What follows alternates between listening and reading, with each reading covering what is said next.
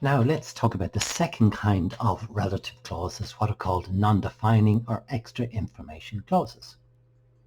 And here we have some information about a trip that I went on.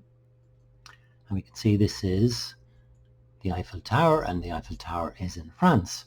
So we have an example sentence to show this extra information clause. And here we are. So the main information here is the Eiffel Tower has a fantastic view of the city. But we've added the information here to say the Eiffel Tower, which is in Paris, has a fantastic view of the city. And here's my friend Anna, and she was on this trip to Paris with me. So Anna, who I've known since we were kids, came with me to France. So the main information is Anna came with me to France, and there's more information here about her in the relative clause. So the first thing we can see here is that we have two pieces of information. The first thing is obviously the Colosseum was the best part of Rome for me, and I went there first. So what we try to do is to combine the information together, and this is how we do that, and we can join this by using a non-defining or extra information clause, and we do it like this.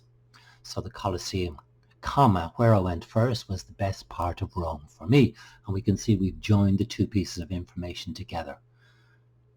The second example here, this is all about pizza, and I ate pizza all the time during this week, and you find different kinds of pizzas in different places. So what we can do is to join the information here and use the relative clause, and this is how we do it. So Italian pizza, comma, whose ingredients are different everywhere, was all I ate for a week. So we've joined the two sentences together by using the relative clause. So let's look at how exactly we use these extra information clauses. One thing we can say about the extra information clause, it's not key information in the sentence. We can still understand the sentence without this information, and usually we put it beside what it refers to, as we've said before. One thing that is important is you must use a pronoun. You cannot leave out the pronoun at any point. And we do not use that for people or things as we can do with normal relative pronouns.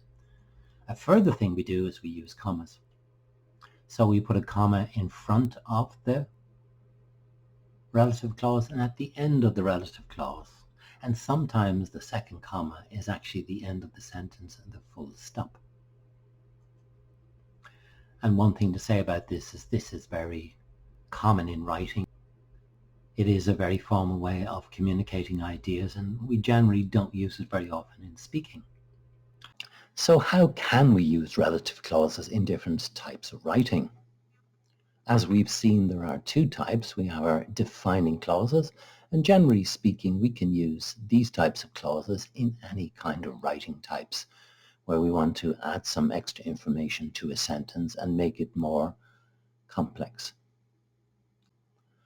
Non-defining clauses we think of as more formal, so we tend to use this type of clause in a more formal type of writing.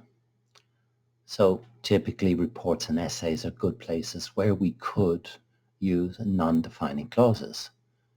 We could also include them in a type of formal email, and it's possible you could use a non-defining clause in this situation.